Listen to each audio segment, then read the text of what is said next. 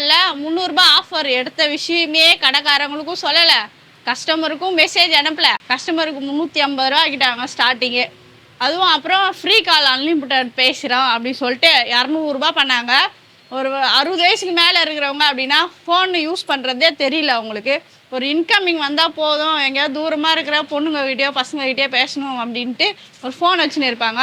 ஒரு 10 ரூபா 20 ரூபா ரீசார்ஜ் பண்ணிவிட்டு யூஸ் பண்ணலாம் அப்படின்னு சொல்லிட்டு ஃபோன் வாங்கிட்டாங்க. இப்போ ரூ. 200 தான் பண்ணி ஆகணும் அப்படின்னா ரொம்ப கஷ்டப்படுறாங்க அவங்களாம். அவங்களுக்கு ஒரு கொஞ்சம் கம்மி பண்ணி கொடுத்தா நல்லாயிருக்கும் அப்படின்னு கம்பெனிக்காரங்க கிட்ட கேட்டுக்கிறேன்.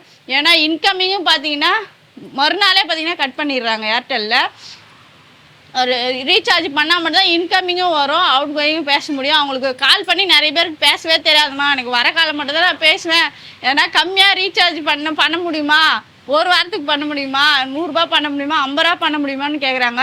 அதெல்லாம் பண்ண முடியாது, ரூ. 200 தான் பண்ண முடியும் அப்படின்னு சொன்னால் அவங்களும் நாங்கள் காசு வாங்குற மாரி கஷ்டப்படுறாங்க.